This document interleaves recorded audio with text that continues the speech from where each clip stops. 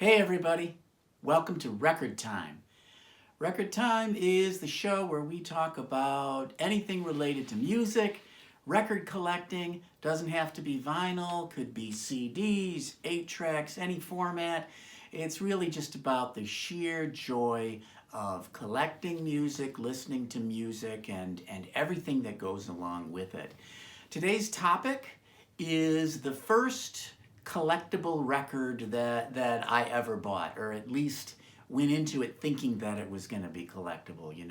A lot of us have collectible records in our collection that we that might have gained in a value and collectability over the years, but maybe at the time we bought it we didn't know it was going to be collectible. And then there's other records you buy where it's like, yeah, this is a collectible record. This could be worth a lot more someday or something like that. So I'm going to buy this and hang on to it and see how it accrues in value.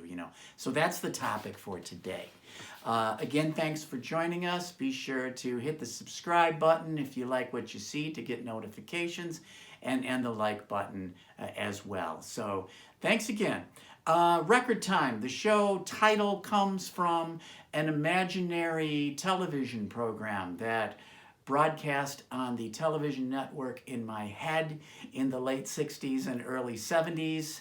Every day I'd come home from school when I was a kid, little kid, and I'd come downstairs and turn on my little stereophonic record player, and I had a pretty good 45 collection at the time.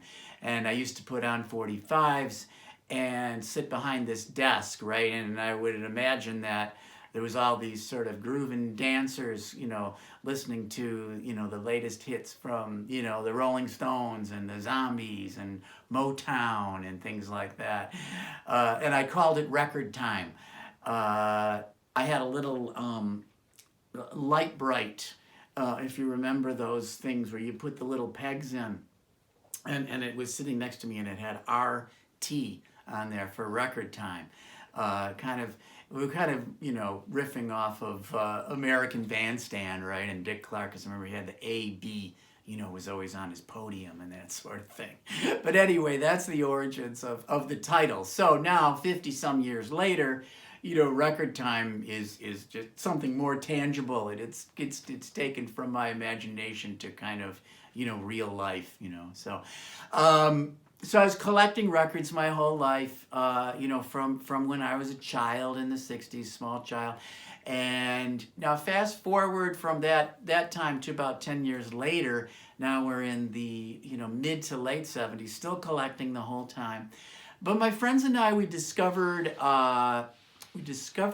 the record shows or record conventions. We found that, caught wind of the fact that at the local, VFW hall, that they had these record dealers there, and we could go in, and there would be, tables and tables of these dealers selling albums and things like that, and we could find things for really cheap. I bought so many records in those days, and a lot of times, I think these guys, maybe some of you are out there watching, these guys somehow they were able to acquire lots of records. So a lot of these were like promo copies and things like that, and they would sell for like $3 a record or something like that.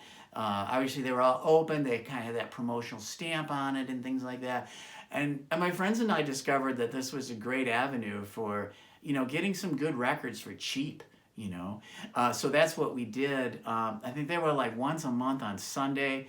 We'd get up at 8 o'clock in the morning and head out to the hall for these things. And obviously they still have them today. I mean, now again, 40 years later, I'm going to them still today. Love them.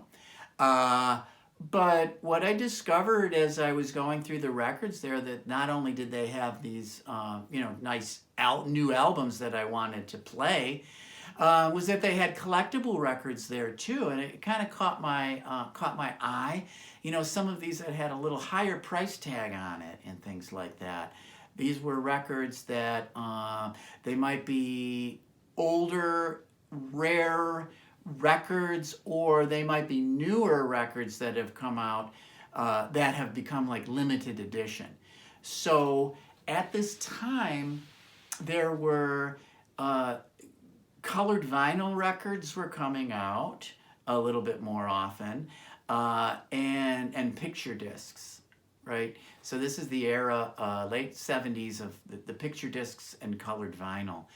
And I kind of look at these things there, and I think about buying them. Some of them at the time had some hefty price tags on it, so I hesitated a lot, to actually spend a little extra money to buy one of these things. But I was working at a gas station at the time, and I was putting away a few dollars here and there, and finally one time I decided I was going to go for it, that I was going to buy one of these collectible records. And I looked at, as I was flipping through, and I found this one, and it was $12, okay? Which was, it was a lot to pay in the late 70s for an album. But I thought, this looks pretty cool. It was sealed and everything at the time. I said, I'm going to take a chance on this, because I think I'm going to keep it, and then someday it's going to be worth a lot of money. And then, maybe I could sell it sometime in the future, or maybe just hang on to it as a memento. And so I put forth the $12, and I picked up the latest release from the Moody Blues at the time, which was called Octave, okay? And the beautiful thing about it was that printed right on the album cover, it says, blue vinyl limited edition. So I thought that was really something else. So I bought it. I took it home, and I kind of toyed with the idea of like, should I open this thing? Maybe it might be better if I leave it sealed all of these years. And if I do open it, should I even dare play it? All these things were running through my head. And I think it sat on in my collection for a few days, and finally I said, oh, what the hell, I paid this money. I want to at least look at the vinyl, the blue vinyl on there, right? So very, very cool packaging. Here you have the gatefold cover with the look at the Moody Blues at the time. Of course, this album came out after a few year hiatus. They came back, and it was kind of made a splash at the time that they were going to and they were going to have a new album and things like that, right? So I finally broke down. Obviously, I bought it. I opened it. And I pulled it out, and I was not disappointed at the time. There was a nice little inner sleeve with the lyrics and a little logo, Moody Blues Octave logo on the other side. But of course, the real beauty of it all, was the fact that it was on this sort of real translucent blue color, of course, and it kind of corresponds with the Moody Blues, right? And I was real happy at the time. I thought this was really great. I did end up playing it too. I figured, what the hell. So I was very happy about that, and it's been in my collection ever since. Kind of in the area of my collection that is kind of designated for collectible things. So paid $12 at the time, right? And the idea was, as I said at the outset, I'm going to buy this to, so because it will increase in value over the years because it's limited edition and things like that. Of course, after a while, I was like, who cares, right? It's just fun to collect. It's fun to have, something that looks really, really cool, in your collection. So I wasn't, too concerned about, this thing, obtaining any kind of value over time. But just for fun recently, I kind of went online. I kind of go back. I'm sure many of you do this too. Kind of go back and say, okay, that album that I bought so many years ago, what, is it worth anything today? And I do have a few pieces that are worth something, but I thought, well, let me check on that Moody Blues album. So, I did some searching, and, I went to these various sites that tell you the value of things as they are today. And I found the Moody Blues Octave This was Canadian. It was like it was London Records of Canada. So it was kind of a Canadian pressing. That's where it came out. I found the actual, the pressing and everything, and the value of it, in 2021, came to the entire full value of $12. So, so in terms of actual dollars, after 40 some years, it ended up being exactly the same price that I paid for it. Of course, $12 was worth a lot more, back in the late 70s. So you could say that it had definitely declined in value. But again, the idea is, who cares? It's a great memory. It's a wonderful album, and it looks pretty cool on the turntable with the blue vinyl on the occasion that I play it.